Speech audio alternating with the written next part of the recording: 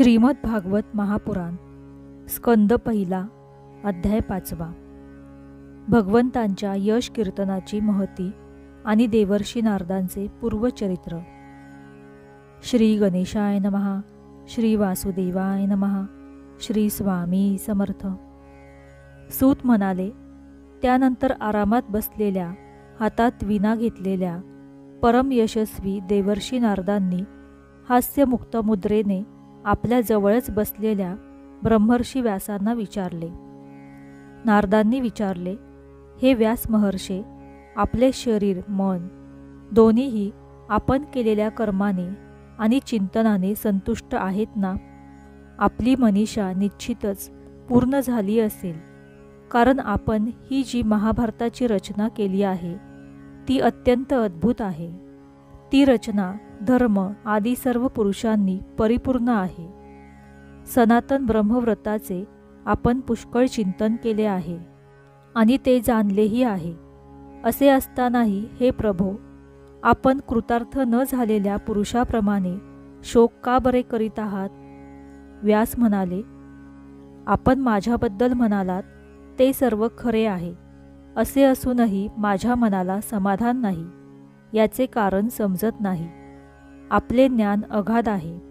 आपण साक्षात ब्रह्मदेवाचे मानसपुत्र आहात, म्हणून मी आपणालाच याचे कारण विचारत आहे. आपण सर्व गुप्त रहस्ये जाणता, कारण आपण त्या पुराण पुरुषाची उपासना केली आहे की जो प्रकृती आणि पुरुष अशा दोन्हींचा स्वामी आहे. स्वतः निसंग राहूनही केवळ आपल्या संकल्पाने गुणांच्या द्वारे या सृष्टीची उत्पत्ती, स्थिती आणि प्रलय करीत राहतो. आपण सूर्याप्रमाणे तिन्ही लोकांत भ्रमण करता आणि प्राणवायूसारखे सर्वांच्या अंतकरणाचे साक्षी आहात. मी नियमपालनांच्या द्वारा परब्रह्म आणि शब्दब्रह्म या दोन्हींचीही पूर्णपणे प्राप्ती करून घेतली असताही माझ्यामध्ये जी उणीव आहे ती आपण सांगावी. श्री नारद म्हणाले, आपण बहुधा भगवंतांच्या निर्मल यशाचे गुणगान केले नाही. मला असे वाटते की ज्यामुळे भगवंत संतुष्ट होत नाही असे शास्त्र किंवा ज्ञान अपूर्ण आहे. मुनिवर्य, आपण धर्म आदी पुरुषांचे जसे निरूपण केले आहे तसे भगवान श्रीकृष्णांच्या महिम्याचे निरूपण केले नाही. ज्या रस भावालंकारांनी युक्त अशाही वाणीने जगताला पवित्र करणाऱ्या भगवान श्रीकृष्णांच्या यशाचे वर्णन केले नाही, तर अशी वाणी म्हणजे कावळ्यांसाठी ज्या ठिकाणी उष्टे पदार्थ फेकून दिले जातात तशी अपवित्र मानली जाते. मानसरोवरात रम्मान होणारे भगवत चरणांचे आश्रित परमहंस अशा रचनेच्या ठिकाणी रम्मान होत नाहीत. या उलट जी रचना दूषित शब्दांनी भरलेली आहे, परंतु जिचा प्रत्येक श्लोक भगवंतांच्या सुयशसूचक नामांनी भरलेला आहे, तीच वाणी लोकांच्या सर्व पापांचा नाश करते. कारण सत्पुरुष अशाच वाणीचे श्रवण, गायन आणि कीर्तन करतात. मोक्षप्राप्तीचे साक्षात साधन असलेले निर्मल ज्ञान भगवत भक्तिविरहित असेल तर ते तितकेसे शोभत नाही. तर मग जे साधन आणि सिद्धी अशा दोन्ही अवस्थेत नेहमी अमंगल असते ते काम्य कर्म आणि जे भगवंताला अर्पण केले नाही असे अहेतुक देखील कर्म तरी कसे बरे शोभेल? व्यास महर्षे, आपली दृष्टी अचूक असून कीर्ती पवित्र आहे. आपण सत्यवती आणि दृढवती आहात. असे असल्याने आपण समाधीच्या योगाने संपूर्ण जीवमात्रांना बंधनमुक्त करण्यासाठी अचिंत्य शक्ती भगवंतांच्या लीलांचे स्मरण करा. जो मनुष्य भगवंतांच्या लीलांव्यतिरिक्त दुसरी काही सांगण्याची इच्छा करतो तो भेदबुद्धी मनुष्य त्या इच्छेने निर्माण केलेल्या अनेक नामरूपांच्या फेऱ्यात सापडतो. जसे झंझावाताने डगमगणारी नाव अखंड हेलकावे खाते, त्याप्रमाणे अशा माणसांची चंचल बुद्धी कोठेच स्थिर होत नाही. संसारी लोक स्वभावातच विषयात गुंतलेले आहेत. धर्माच्या नावावर निंदनीय अशी सकाम कर्मे करण्याची आज्ञा आपणच त्यांना केली आहे. हे सर्व उलटेच झाले, कारण सामान्य लोक निंदनीय कर्मालाच मुख्य धर्म समजून अशा धर्माचा निषेध करणाऱ्यांचे म्हणणे ऐकत नाहीत. भगवंतांचे गुण अनंत आहेत. कोणी विचारवंत ज्ञानी पुरुषच संसारातून निवृत्त होऊन भगवंतांच्या स्वरूपभूत परमानंदांचा अनुभव घेऊ शकतो. म्हणून ज्यांचा परमार्थाकडे ओढा नाही आणि जे गुणांकडे डळमळीत झाले आहेत, त्यांच्या कल्याणासाठीच आपण भगवंतांच्या लीलांचे वर्णन करावे. जो मनुष्य आपल्या धर्माचा त्याग करून भगवत चरणांची सेवा करतो, परंतु सिद्धी प्राप्त होण्यापूर्वीच जर त्याचे भजन पूजन सुटले तर त्याचे काही अमंगल होते का? परंतु दुसरा कोणी भगवंतांचे भजन न करता केवळ स्वधर्माचे पालन करतो, त्याला कोणता बरे लाभ होतो? अशाच वस्तूंच्या प्राप्तीसाठी बुद्धिमान मनुष्याने प्रयत्न केले पाहिजेत की जी वस्तू मुंगीपासून ब्रह्मदेवांपर्यंत सर्व उच्च नीच योनीत केलेल्या कर्मांचे फलस्वरूप म्हणून प्राप्त होत नाही. अचिंत्य गती काळाच्या नियमानुसार दुःखाप्रमाणे विषय सुख सर्वांना स्वभावातच प्राप्त होते. हे मुने, जो भगवान श्रीकृष्णांचा चरण सेवक आहे, तो भगवत भजन न करणाऱ्या पण धर्म कर्म करणाऱ्या मनुष्याप्रमाणे दैववशात काही पापकर्म झाले तरी जन्ममृत्यूच्या फेरात अडकत नाही. तो सेवक भगवत चरणाच्या अलिंगनाचे स्मरण झाल्यावर त्यापासून परावृत्त होऊ इच्छित नाही, कारण त्याला भगवत रसाची गोडी लागलेली असते. ज्यांच्यापासून या जगताची उत्पत्ती स्थिती आणि लय होतो ते भगवंतच या विश्वाच्या रूपाने आहे. ही गोष्ट आपण जाणत आहातच, तरीसुद्धा मी आपल्याला या गोष्टीची आठवण करून दिली आहे. आपली दृष्टी अचूक आहे.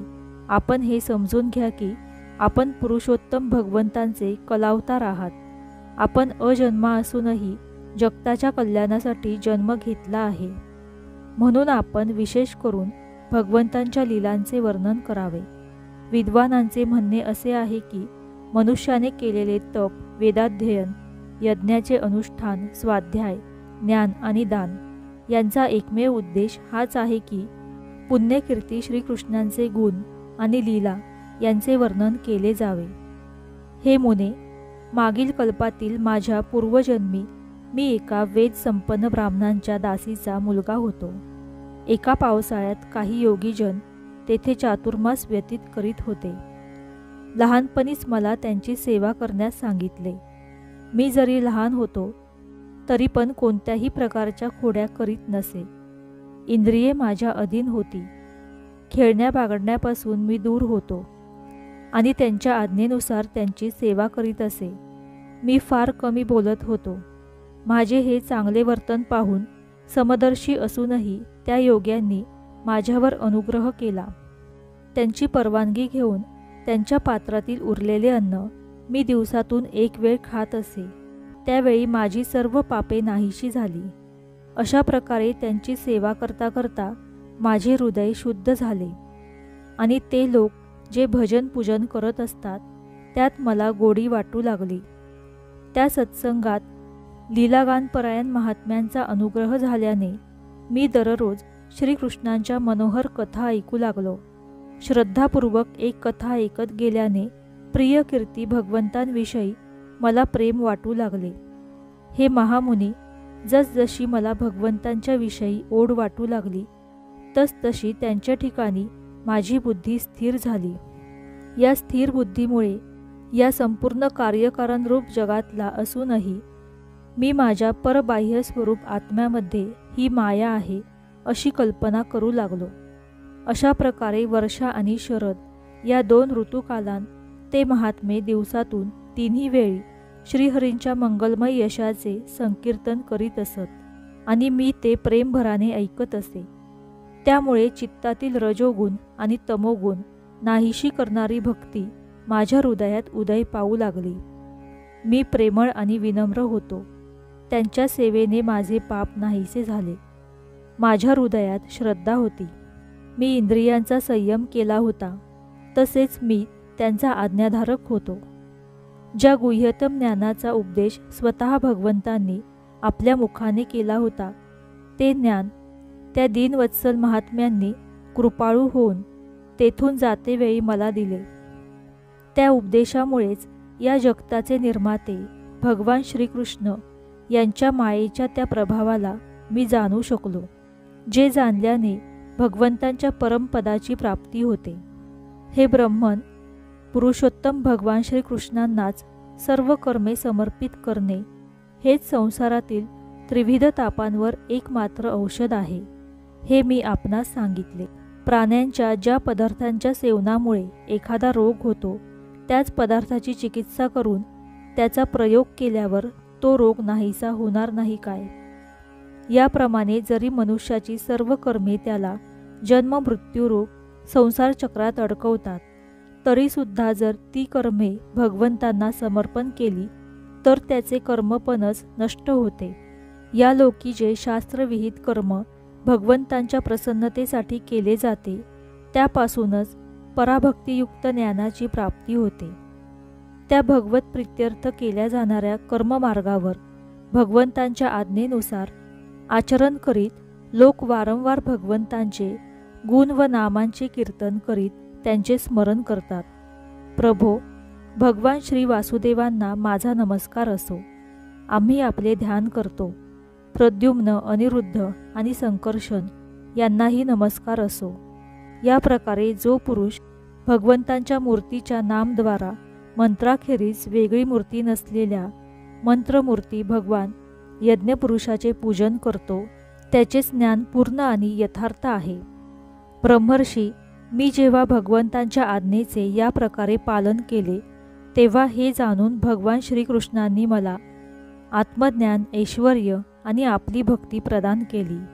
आपण पूर्ण ज्ञानी आहात. आपण भगवंतांच्या कीर्तीचे वर्णन करा.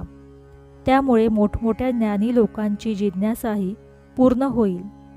जे लोक संसार दुःखामुळे वारंवार व्यथित होत आहे, त्यांच्या दुःखाची निवृत्तीही यामुळे होऊ शकते. दुसरा कोणताही उपाय नाही. अशा रीतीने अध्याय 5 समाप्त. श्री वासुदेवाय नमः. श्री स्वामी समर्थ.